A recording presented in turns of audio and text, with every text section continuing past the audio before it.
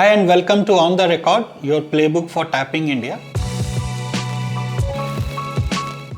Today we will look at if you are trying to hire a team in India, what are the options you have and how you can go about it. While hiring a team in India, broadly you have four options that you can evaluate. One is to form a subsidiary and then hire employees on that. The second one is you can look at an employer of record platform like Rapid or an EOR. The third one is you can hire them as a contractor or a consultant. And the fourth one is you can look at outsourcing your requirements to a software development or a tech development agency. So these are the four broad methods which is popular as of today. Now let's look at what are the pros and cons of each of these methods. So let's look at if you are trying to set up an India team using your own subsidiary, what are the pros and cons about it. First and foremost, you need a detailed understanding of Indian laws and compliances because you would be opening a company here and running that. So that would require a very detailed understanding of these things. Then you have to identify a partner who can execute it. Before that, you should also remember that you would need one person who is resident in India, who is going to be the director of the company. So there are minimum 2 director requirements, out of which one person has to be in India all the time. So you will need a resident director. And going by the statistics, typically it takes anywhere between 6 to 18 months to set up a company. That means the first employee that you are trying to onboard could be 6 to 18 months away depending on how your experience with setting up an Indian entity goes. Now, since you have your own company, you should always be updated with new tax laws, compliances, whatever it comes. You should be aware that any transaction that happens between the India subsidiary and US entity, since this is a cost center, it can never be in losses. So transfer pricing is applicable to you. So you will end up paying corporate tax on transfer pricing markup. So it has to be profitable right from day one, irrespective of whether the parent entity has profit or started revenues or not. It doesn't matter. The India entity can never be in losses. Then you should also be aware that in case if you want to exit country, it takes anywhere between 12 to 60 months. Most common time frame that we have been seeing is anywhere between 3 to 4.5 years. So that's where that's the amount of time it takes the day you decide that you want to exit India. So you should be aware about this as well before you think of starting a subsidiary, because starting up is easy, but exiting the country also would require your involvement, bandwidth and timelines. So some of the advantages is, yes, you will have a direct presence. Your own brand would be available here that offers a better connectivity to employees. Issuing stock options would be a little more simpler. There are simpler FEMA compliances specified if you are running a subsidiary in India. To issue stock options to employees is simpler, but it is associated with much more high running cost and taxes. So typically what we have seen is anyone who is trying to build 100 or 150 plus people team goes for establishing their own subsidiary. For smaller teams, it's really a very cost ineffective proposition. So please take a call whether you want to do it through a subsidiary or you want to explore another route. So we have seen that operating through your own subsidiary was the most popular model for last 2 to 3 decades. But of late, people have started evaluating newer structure because of the flexibility, the speed of entry and exit that it offers. But yes, you can take a call depending on what your requirements are. So that's broadly about what are the things that if you are hiring an India team through your own subsidiary model. Now let's look at a EOR structure or an employer of record structure. Here you don't have to know anything about Indian laws and taxes. Your EOR partner takes care of complying with them. If you have identified a talent, you can actually onboard them in less than 5 minutes. And same thing goes if you are planning to exit the country, you can also exit in less than 5 minutes.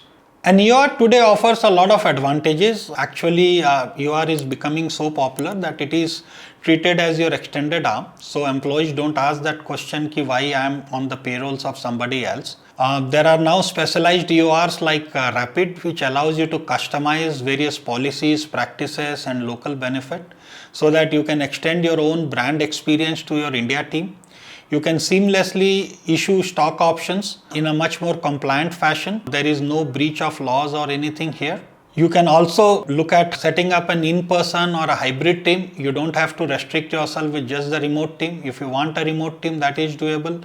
In-person or hybrid teams also is doable through compliant EORs like Rapid. You save a big time on operating costs and taxes. Since there is no transfer pricing applicable in an EOR model, all you end up paying is whatever your actual costs are, plus a fixed management fee to the EOR platform. Another advantage that EOR brings is it brings a zero employee liabilities on you. So all the employee liability is taken over by the EOR partner. So you can be much more comfortable and assured that there is no liabilities coming from employee side on you. And you control the complete data and IP. So all the day-to-day activities like expense, leave, performance appraisal, everything is controlled. All your IP is controlled by you. There is no involvement of the EOR partner. And because of these advantages that an EOR bring today, this has become the most fastest growing way of setting up teams in India. So you can look at this as one of the most viable option. Now the third option is, if you don't want to set up a subsidiary, you don't want to do an EOR, you can look at hiring talent as a contractor. Now there are few things that you should be aware about it. First of all, the availability of talent is lower as a contractor model because majority of the talent wants to be an employee of a company. But if you are hiring them as contractor, they are debarred of various employment benefits, for example, health insurance, leaves, provident fund or employment security. So these advantages are not available to anyone who is working as a contractor. And that's why majority of the people look for employment rather than being a contractor. So the availability of talent or to find the right talent in a contractor model could be challenging. There are a few other things that is applicable when you hire as a contractor. You run the risk of something called permanent establishment or PE. In a very simple terms, what it means is your global profits are liable to tax in India as well, and you have to do it voluntarily, not after statutory authority demands for it. So if you are hiring people as a full-time consultants in India, you run the risk of having a PE. So you should dig more about it, what it is and how to go about it. You also carry the risk of contractor misclassification. Tomorrow, if the contractor sues you that they have been working as employee but has been misclassified as contractor, they haven't got any of the employment benefits and all, most probably the court would rule in favor of the contractor, not in the favor of the company. So you should be aware that contractor misclassification risk could be liable, and it would be applicable in case if a ruling comes from the date the contractor has joined, not from the today's date. The other challenge that you see in a contractor model is you are many times not able to implement tighter controls both on data and the methods contractors should be delivering things to you. And you should also look at there is a lower connectivity when you hire people as contractor. When you hire them as employee, they feel much more connected with the brand, with the company, with the culture, with the loyalty part of it. In a contractor model, these are much lesser. So you should also factor in these aspects before you decide whether you want to hire them as employee or contractor. The last option is looking at an outsourced agency to hire a team in India.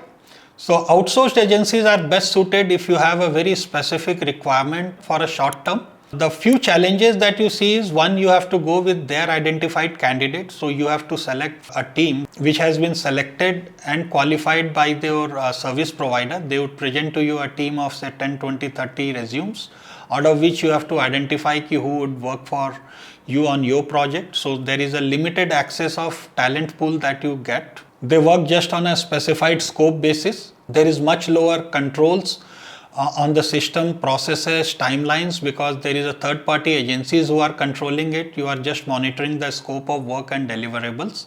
You don't actually control the way it should be delivered.